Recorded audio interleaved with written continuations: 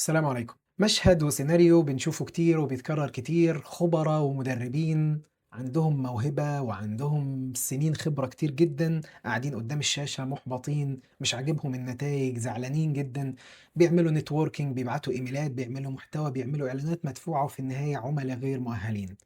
دايمًا المشكلة مش هتبقى في المجهود الزيادة ولا أنت محتاج مجهود زيادة، أنت محتاج system يحرّك الدنيا بدل ما أنت بتحرّكها بإيدك، وفي النهاية العملية مش ماشية. في فيديو النهارده إن شاء الله هنعرف إيه هو الsystem ده. أول حاجة خلّينا نتكلم إن إحنا عايزين نخرج من الhamster wheel.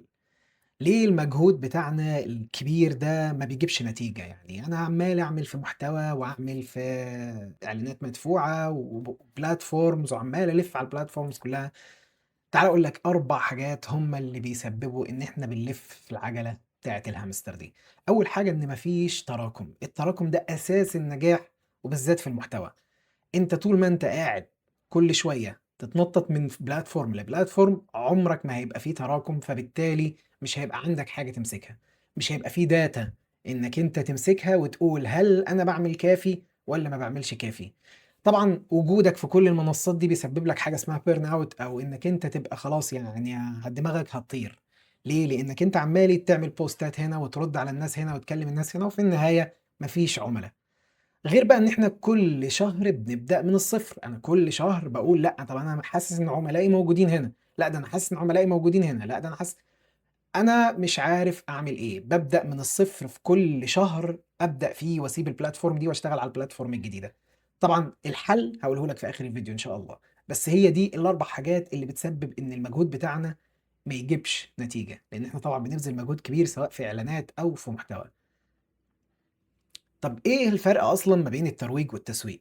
يعني ممكن ناس تخلط ما بين الترويج والتسويق، الترويج مختلف تمامًا عن التسويق، التسويق ده عملية منهجية، أمّا الترويج ده بيبقى حاجات عشوائية، ليه؟ لإن الترويج بيهتم أكتر بالمنتجات، بيبقى مصمم أكتر للشركات اللي بتبيع منتجات، أمّا التسويق ما بيبقاش عبارات عن بوستات إنستجرام والّا إعلانات فيسبوك والّا نشرات إيميل sequence.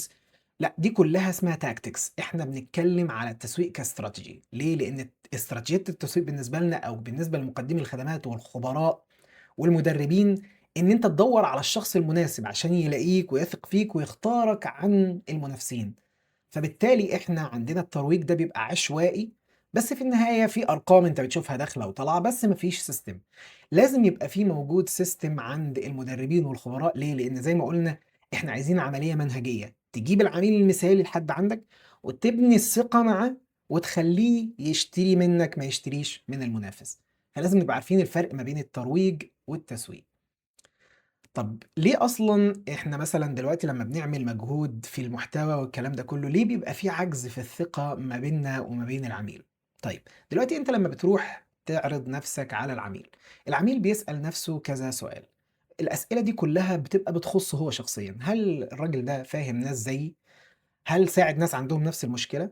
هل أقدر كلّها أسئلة بتخُص العميل، ما بتخُصّكش أنت، ما بتسألش عن المنتج بتاعك أنت، فأنت مش هتجاوب على الأسئلة دي بقايمة مميزات، أنت بتجاوب عليها بحاجتين، أو بحاجة واحدة خلّيني أكون ملخّصها لك اللي هي الoffer.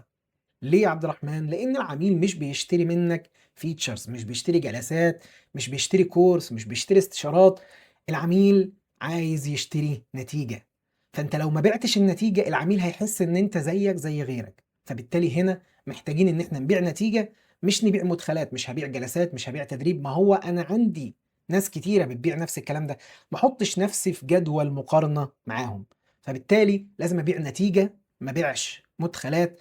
عشان زي ما قُلنا الثقة دي بتيجي من العاطفة أو من العلاقة العاطفية ما بينك وما بين العميل، لإن هو حَس إنّك أنت فاهمه وحَس إنّك حلّيت مشاكل لناس زيّه، فبالتالي بتبدأ الثقة تزيد لمّا تقول له إن أنا هاحقق لك كذا وكذا وكذا كنتيجة هو مستنّيها مقابل إن هو يدفع الفلوس. فدي من ضمن الحاجات المفروض نخلّي بالنا منها.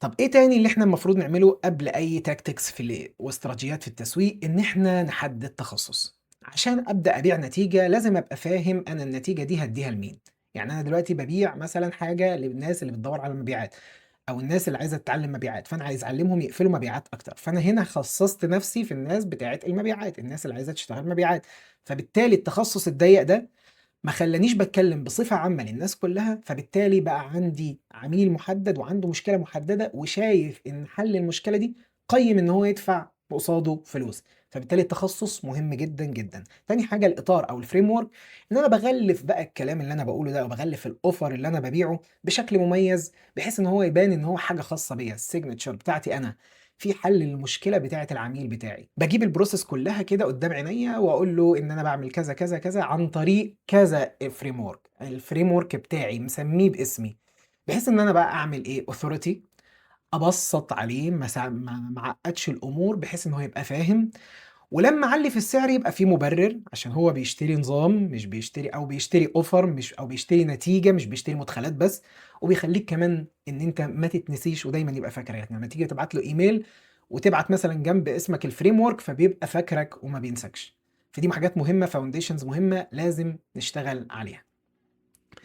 طب نيجي نتكلم بقى على محرك التسويق، لازم نبقى فاهمينه عشان لمّا نبدأ نطلع للناس ونتكلم معاهم نعرف إن في 4 أجزاء أو 4 أركان إحنا المفروض نشتغل بيهم مع بعض، ما ينفعش نشتغل 2 دون 2 أو واحدة دون 3 أو الكلام ده كله، لازم يشتغلوا مع بعض. معظم الخبرا ومقدمي الخدمات والكلام ده كله بيعانوا إن هم بيركزوا على أجزاء معينة وبيسيبوا بقية الأجزاء. إحنا لازم نعمل عملية جذب عن طريق المحتوى بتاعنا، خلاص إحنا كده المجهود بتاع المحتوى بتاعنا عمل اللي عليه، إن هو عمل عملية الجذب. طب بعد كده إن أنا باعمل عملية التحويل داخل الfunnel بتاعتي، بحيث إن أنا أدّي له حاجة قيّمة فيدّيني مثلًا بيانات خاصة بيه. بالتالي بعد كده بادعوه إن هو يسجّل في مكالمة، والله المكالمة دي بتبقى عملية تأهيلية عشان أتأكد إن ده عميلي معاه البادجت بتاعته، جاهز إن هو يشتغل معايا، جاهز إن هو يدفع لي. ما اشتغلش معايا دلوقتي هو يعتبر مهتم بس مش جاهز، بابدأ إن أنا أعمل له عملية الnurturing أو التغذية، إن أنا أبدأ أدّي له حاجات قيّمة دايمًا إن يفضل شايفني بيها، وفي نفس الوقت أبقى في حين اتخاذ قرار من ناحيته، أو إن هو يقرر إن هو معاه فلوس خلاص أنا هاشتري حل المشكلة دي، أبدأ إن أنا أعمل له عملية التغذية، فبالتالي أدعوه بحاجة اسمها soft call to action، يعني بطريقة بسيطة وسلسة كده إن أنا أرجّعه تاني للfunnel بتاعتي بحيث إن هو يشتري منّي، وأبقى أنا أول واحد يفكّر يشتري منّه وقت ما يكون جاهز لاتخاذ القرار. طَب إزاي أنا ممكن أعمل ده عمليًا؟ أنا دلوقتي عمّال أعمل مجهود جامد جدًا في المنصات وخلاص عرفت التسويق وعرفت الأركان التسويق ال4 وعرفت إن أنا إزاي الناس تثق فيّا والكلام ده كلّه. طَب أنا أعمل ده إزاي؟ أول حاجة إن إحنا زي ما قُلت لك في أول الفيديو، إحنا محتاجين منصة واحدة فقط. دلوقتي أنت عندك شغال على كذا منصة، خلّينا نفترض إن عميلك المثالي موجود على منصة فيسبوك، أنت هتبدأ عليها 90 يوم، ما تروحش لغيرها، تمام؟ أنت عرفت خلاص إن عميلك المثالي هناك، تقعد عليها 90 يوم، تشوف هل هي مناسبة ليك وهل عميلك المثالي بيتفاعل معاك، وابدأ قرّر على أساسها. بعد كده قيس النتايج اللي جاية لك من المنصة، أنت عندك دلوقتي نتايج بتيجي لك بعد ما أنت عملت المحتوى، ما تقعدش تتنطط بقى ما بين المنصات زي ما قُلنا، أنت قيس النتايج بتاعة المنصة دي بس، هيطلع لك منها مثلًا مش هتقيس طبعًا اللايكات والكلام ده كله، هتقيس العُملا اللي جُه لك قفّلت منهم قد إيه، فبعد ال90 يوم بقى قرّر بقى، أنت هتكمّل في المنصة دي، هل نافعة معاك، هل بييجي لك منها engagement كويس، عُملا كويسين، والّا تروح منصة تانية، بس طبعًا زي ما قُلنا القرار مبني على الداتا اللي بتطلع من الposts أو المجهود اللي أنت بتبذله على المنصة. بعد كده بتبدأ إن أنت تشوف الفجوة اللي عندك. أنت دلوقتي عندك مشكلة، إن أنت خبير في مجالك، خبير في مجالك وممتاز جدًا، بس عندك مشكلة في التسويق، ليه؟ لإن التسويق ده حاجة مختلفة تمامًا عن الخبرة اللي أنت عندك. ممكن أنت تكون خبرتك في التسويق تمام، ما فيش مشكلة، بس الناس التانية اللي خبرتها في حاجات تانية وتخصصات تانية ما عندهاش خبرة في التسويق، فأنت بدل ما تقعد إنك أنت تتحرك من هنا لهنا وتروح تعمل فيديوهات هنا وتروح تعمل بوستات هنا، لأ، طوّر مهارة التسويق عندك. زي ما قُلنا أنت عندك جذب وتحويل وتسجيل وتغذية.